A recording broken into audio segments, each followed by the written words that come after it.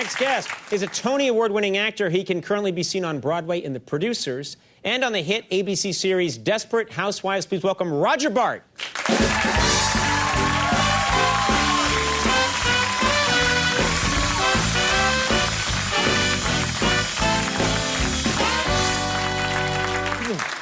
Now, let me ask you something. You've had many, many years of experience on stage doing Broadway, and then you're on this show, Desperate Housewives, and that must be a whole other kind of experience. Is that right? Completely. Not only in terms of the medium itself, but also the sudden, intense exposure. Yeah. People are, they're not just enthusiastic about that show. There's like a mania about that show. It's crazy, right? It's crazy. No, everywhere I go now, people avert their eyes in horror. I don't know what that means. Well, it means like I play a very creepy pharmacist who did some bad things at the end of the season. So people equate you with that guy. They can't separate. Right. So even though they feel compelled to come up and introduce themselves, they're slightly afraid I'll slip them something. Right. Yeah. Which is nice. And but people must be excited to meet just, literally anybody from that show. Yeah, it's amazing. It is. It's been a phenomenon. As a matter of fact, I went to my daughter. We were checking out a new school recently, and we were walking through the elementary school, and I saw a third-grade little boy just look at me and go, and I thought, oh, my gosh, he's in third grade. I can't believe you're up that. First of all, you're up that late, but you're watching Desperate Housewives. And, of course, then suddenly I was ambushed by about 25 of them. Of course, the first thing out of their mouths was, oh, what is it like? And I said, what? He says, knowing Eva Longoria. Really? She was already another one. Yeah, said, are you the gardener? And I said, yes, I am. Right. Yeah. Occasionally, I meet, kids that are like in fourth grade or something that watch, and they say they watch my show every night, and I think, what? That's not right. I know. And they're, I'm happy. I'm like, keep watching and have some coffee and that's amazing. Get other small children watching, but it's not right. Now, you mentioned your daughter. You're such a busy guy. Do you get to spend much time with your daughter? You get to quality time? We do have quality time. I was, we was giving her a bath the other night, and I had ordered, she's 4.5. She's not 17. And giving her bath. Thanks for straightening that out. Make sure it's clear. But I was giving her bath the other night, and we were, so I had ordered a pizza to be delivered, and we had a little plastic toys we would sort of throw in there, and little animals and whatnots, and so we had a little lion. I said, well, be careful, lions aren't that great a swimmer, and so we were starting to kind of animate the lion and say, help me, I'm in trouble, please help me. Right. And suddenly the door rang, and I realized that the pizza guy was at the door, and I said, now listen, you have to stop saying that. Please stop saying that now. She's like, help me, please, the man, please, oh my God, help me.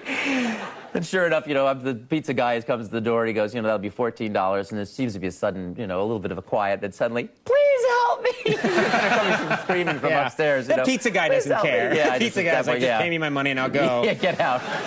Get back to your murdering. I've got 4 other pizzas to deliver. Now, you had an interesting experience. Of course, you've been in so many productions, stage, movies. You were directed by Frank Oz, who famously plays Yoda. That's right. What was it like being directed by Yoda? Oh, it often sounded very familiar. He was also the voice of Miss Piggy. Right. And so one of the great highlights of being on the set was trying to encourage him, much to his chagrin, to do Miss Piggy and Yoda having sex. You were trying to get him to do that? Yeah, so he'd say things like, no, please, put it inside me, Yoda, and say, stick it inside me, I must, or you he would never. I like his sentence structure. It goes well with everything. Exactly. It's very corny. Yeah. But he never would. Frank would always vehemently refuse. But he would say, it takes so long for me to get into character. Right. So. Yeah, that's funny. Whenever he talks, he does sound exactly like Kermit. Yeah, totally right. Now, you play in The Producers, which is also a phenomenon. You play Carmen Gia in that show, and such an over-the-top, flamboyant character. Do you enjoy playing a character that's almost that much of it's almost a cartoon? It must be fun. Yeah, it was a thrill. Mel Brooks's world was such a great place for all those characters, and his shows and his movies were so way over the top, and so it's been fun. This particular character is an extremely effete guy, and I've done all sorts of kind of crazy characters. I won a Tony Award for playing a dog, for playing Snoopy. You played Snoopy, that's right, in Good Man, Charlie Brown. Yeah. But I played him by, which was interesting. That's how you did Snoopy? Yeah. Confused about his sexuality? Possibly glean the award for that. Yeah. People like that. They like when you bring something. Exactly. Now, talk about special achievements. You I'm told, can play music on your cheeks. Is that true? Yeah. One of the so a couple people have been great influences on me. One, which is not really as a person, but Daffy Duck, and another was Fritz Feld, who you may remember from old sort of Lucille Ball Fritz shows. Feld, yeah. He used to show up do in stuff like old he would 60s click his, sitcoms. That's right. He would sort of go like this and seat tables, stuff like that. Right. So I kind of came up with a way of making a similar noise and play songs. I could play Beethoven, as a matter of fact. Can we hear a little Beethoven? Oh, yeah, sure, right?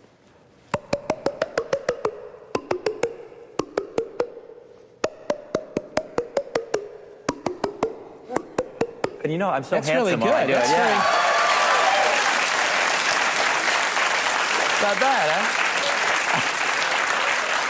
Listen, Everyone watching who's hearing impaired thinks you're choking to death. That'd be fun.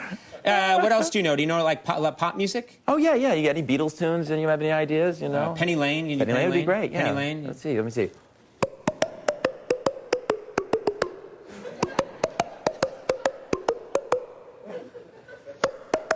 I like the faces. It's a little old. The faces are. Yeah. You know, It's you exciting. realize as you do it, you look insane. Yeah, you know? I know. It's like it's sort of the panic in my eyes. You've got to try and calm yourself.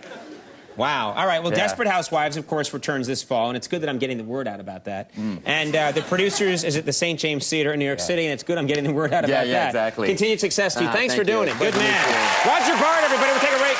John Pizzarelli when we come back.